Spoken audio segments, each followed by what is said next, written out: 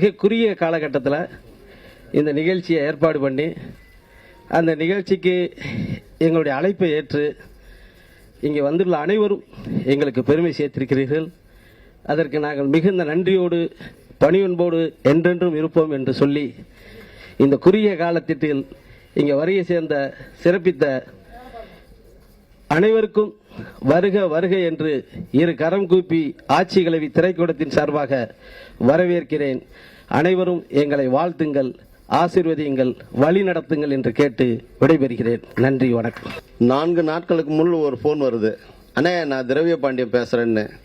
என்னப்பா என்ன அண்ணா நான் ஒரு படம் எடுத்துன்னு இருக்கிறேன் வச்சாயின்னு, நீங்கள் தான் வந்து அதை வெளியிடணுன்னாரு. என்னப்பா நீ திடீர்னு இப்படி சொல்கிற, நான் வந்து நேரம் சொல்கிறேன்னாரு. இங்கே வந்து பார்க்கும்பொழுது தான் வர்றதுக்கு முன்னாடி எனக்கு பெரிய சங்கடம் என்னன்னா, ஏடா நம்மளாம் இருக்கிறோம், நம்மக்கிட்ட ஒரு வார்த்தை கூட கேட்காம படத்தை முடிச்சிட்டானே. அதே மாதிரி அடுத்த சீன் பாடலில் சொல்லும்போது அவள் ஒரு வரி சொல்கிறா, நான் ஊரறியாமல் உன்னோட வாழ்வேன்னு கதாநாயகன் சொல்கிறேன்.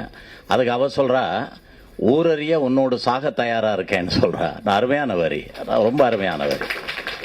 இப்படத்தின் பெயர் ஆட்சி கிழவி குடும்பம், அற்புதமான தமிழ் பெயர். அதை தயாரித்த தயாரிப்பாளர் திரவிய பாண்டியன், அதுவும் ஒரு அற்புதமான பெயர். அதை இயக்கிய இயக்குனர் ஆசை தம்பி அவர்கள். அது மட்டுமல் அந்த படத்தின் பெயர் ஒச்சாயி. ஒரு கிராமிய மனம் கமழுகின்ற, நம்ம உணர்வுகளை சொல்லுகின்ற ஒரு படம். யாராச்சும் இந்த டைட்டில் வைப்பாங்களா? ஏனென்றால் நமது தமிழக முதல்வர்கள்